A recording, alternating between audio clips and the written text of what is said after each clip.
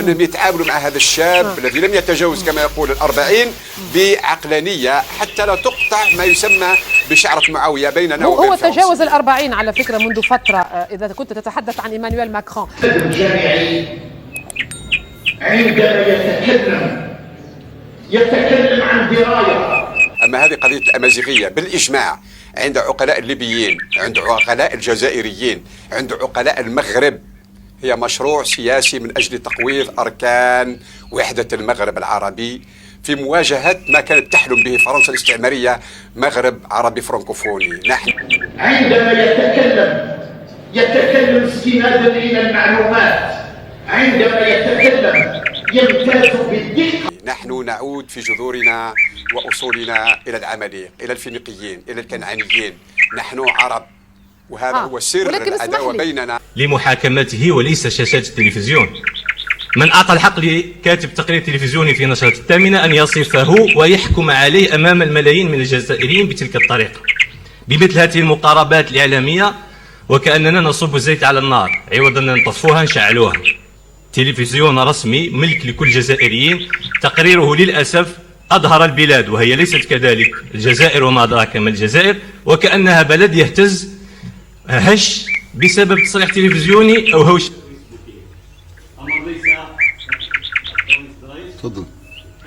ونحن للأسف لسنا كذلك.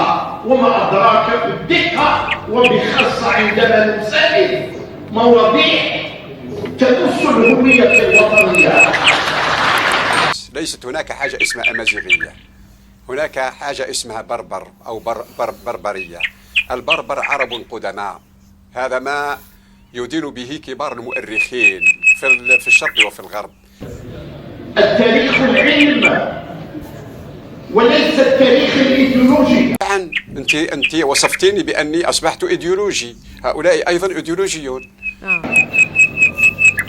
التاريخ العلم يحتاج إلى الدقيقة، يحتاج إلى معرفة الأسباب والمسببات. ذلك أنا نقول لك بالفم المليان التاريخ حقائق ووثائق.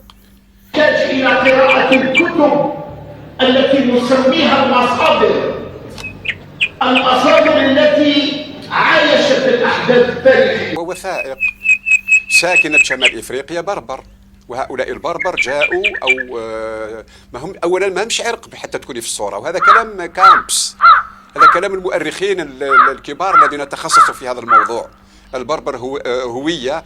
يتكلم يقول الآن في هذه اللحظة حينما نشر كتابه، والكتاب مترجم في أكثر من طبعة، يقول الآن لا توجد عرق اسمه بربر ولا توجد لغة اسمها بربرية. ولا نعتمد أو نستند في مقولاتنا إلى مراجع لا أساس لها وبعيدة كل البعد. لتساؤل لكم سيد الوزير العدل، هل أعطيتم شيء من صلاحيات وزارة العدل إلى وزارة الاتصال؟ هل تم تنصيب محاكم إعلامية على شاشة التلفزيون؟ عن الحقيقة التاريخية. والله هذا كلام خطير بنتي العزيزة. أنا هذا كلام لمؤرخين آخرين. هي أقول هذا الكلام